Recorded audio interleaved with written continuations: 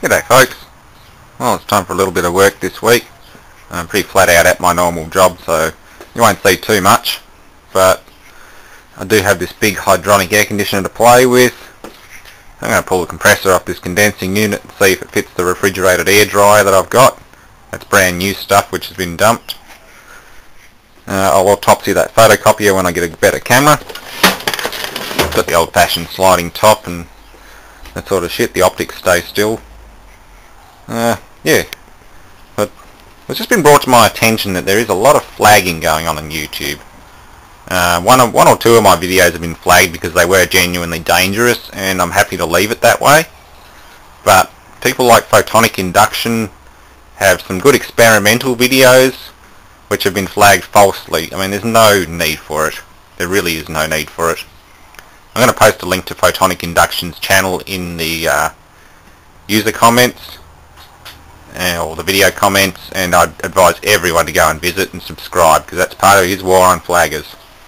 If he can get 4,000 subscribers just to stick it to them and show them that people care, that's great. Alright, the problem with false flagging is a lot of people do it out of spite. They don't like successful channels, they don't like partners, they think we're making a lot of money off just destroying things and setting a bad example. That's not true. I haven't received $1 from my partnerships ever since I've had it. It's not all it's cracked up to be. Unless you get multi-million views per video like some of the virals, you don't make any money. It helps YouTube out. They give you some perks like being able to track down false flaggers, which is something that's always on the cards. I don't have a problem with it at the moment, but they will come. The other thing, go to the search bar and type in youtube.com/Davesfarm and see what comes up. Those of you who haven't seen Davesfarm or any videos from him for a while, you'll find out why. Because it ain't there anymore. It's gone. All the haters and flaggers, they've just killed it. Davesfarm's gone. I was never a huge fan myself, and he has done some absurdly dangerous things. Shit that I'd never do. But to kill the whole channel over a few crazy videos, nah, not good. Well, I've been talking to a few YouTubers about flagging, one in particular. I'm not going to name names at the moment, but a very good, prominent YouTuber. He's been very helpful. I think he's from Sydney area. He's in the movie special effects business, so naturally there's explosions and other things. I don't think he has a problem with flagging on his videos, but he's been giving me some very helpful tips on how to deal with them, and particularly understanding the psychology. And he puts it as the tall poppy syndrome, where if they see somebody being successful and having a great time, they feel a bit less than, well, what they want to. They're probably suffering mental health issues for sure, and they feel like flagging it because, yeah, they just don't like it. It's really, I'm still having a hard time understanding the psychology of a flagger, but yeah, they're messed in the head. They need to see a psychologist. They need to get out and get a real life. I mean, some people say I need to get a life because I sit around here blowing shit up and microwaving things and playing with air conditioners all day, but that's my hobby. People need hobbies. They can't just sit in front of the PlayStation playing Call of Duty or bloody Sims all day. That's the worst thing you can do with a kid or an adult. Sit in front of the TV or computer doing nothing. I do play World of Warcraft a little bit. I play it on the Sundays on my cool down time. Party all weekend just playing with machinery, and then play a little WoW. Nothing wrong with that. But these flaggers, obviously they must live in a unit or something. Nothing better to do, nothing to do at all. They don't have room for a workshop. They'd probably like to blow shit up like we do, but they get so jealous watching it, they just hit the flag button because they can't stand it. It sucks. But hey, if it's genuinely dangerous, I don't have a problem with it being flagged. I mean, I'm over, 18 or something, the minimum age requirement, so that doesn't matter to me anyway. I'm logged in, I can watch them regardless. But the problem is there are a lot of educational videos that, say, Photonic Induction's making that are being flagged, when really a young person should be watching this. Like, what happens when you short out a car battery or overcharge it? The results are pretty catastrophic and dangerous. And yeah, people need to see that, need to understand that. One of the other problems is that YouTube has a fairly broad spectrum for what can be flagged, and my washing machine from hell video, the one with the flaming spin cycle, that was flagged, and they claimed that it was classed as abuse of fire. Okay, so it's alright to have a fireplace or a bonfire.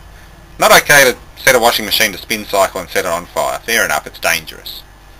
But what else is classed as abuse of fire? Setting a toaster on fire, burning an electric motor till it catches fire. Where does it stop? Is YouTube going to terminate every account that has fire-related videos that don't fit the campfire, bonfire category? Who knows? As you can see, I've got tons of stuff to play around with and do experimental or unusual things with, as well as things to repair. I've got to fix that Kelly and Lewis engine up. I got the blowtorch gas a couple of weeks ago and I still haven't gotten that pulley off. I haven't even taken the torch to it. So maybe it is a time to give the explosion videos a rest, wait until this flagging thing gets sorted out, and come back in a blaze of glory with some good explosion videos hopefully once YouTube starts taking notice of all this and cuts out on the flagging, or at least gives us a way of fighting back. I mean, there's flagging for genuine reasons, and then there's just this bullshit false flagging. If any of my subscribers are false flaggers, I just urge you to use your brain and think about what you're doing, because what I do might seem a bit dangerous, but most of the time I have a disclaimer, and most people at home aren't crazy enough to do it either. I don't advise anyone do anything dangerous. Even something as simple as running an electric motor off a microwave transformer, or running a compressor off a microwave transformer. Alright, you need a good understanding of high voltage before you pull out a microwave transformer. Start with a flyback, then a Tesla coil, a neon sign transformer. You get zapped by a neon sign transformer with one hand in your pocket, like you do the one hand rule, you're going to be lying on the floor crying for mummy pee in your pants, but it won't kill you.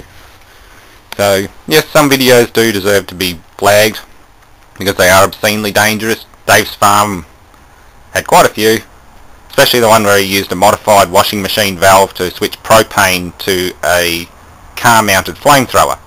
That bit shouldn't have been in there, but hey, I wasn't going to push the flag button. I found it quite entertaining, but it was still hideously dangerous.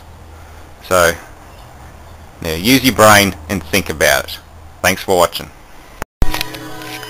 Now to prepare for a future experiment, I'm going to harvest all of these little unvented and most of these vented capacitors and just fill up containers with them. Every old telly I find is going to get gutted and all the caps stripped out until I have full containers full of them. Then they go in the microwave. That's going to be fun. Lots of fun. There's heaps of caps on here. I'll go through all the old tellies at the scrapyard, just rip the chassis out and chop them all off. Just use a scraper like that, cut the legs off and off they come. Funny how those IC sockets are empty and that's bridged. Might be teletext or something like that. Not fitted to this model. They have a massive TAC CRT television. Didn't get to pop the tube though. I stupidly pulled the chassis out, forgot to take the neck board off and just pulled the end off the neck. I was hoping to pop that tube. Oh well, it's smashed now anyway, but yeah, that sucked. Don't forget the neck board when you rip the chassis out.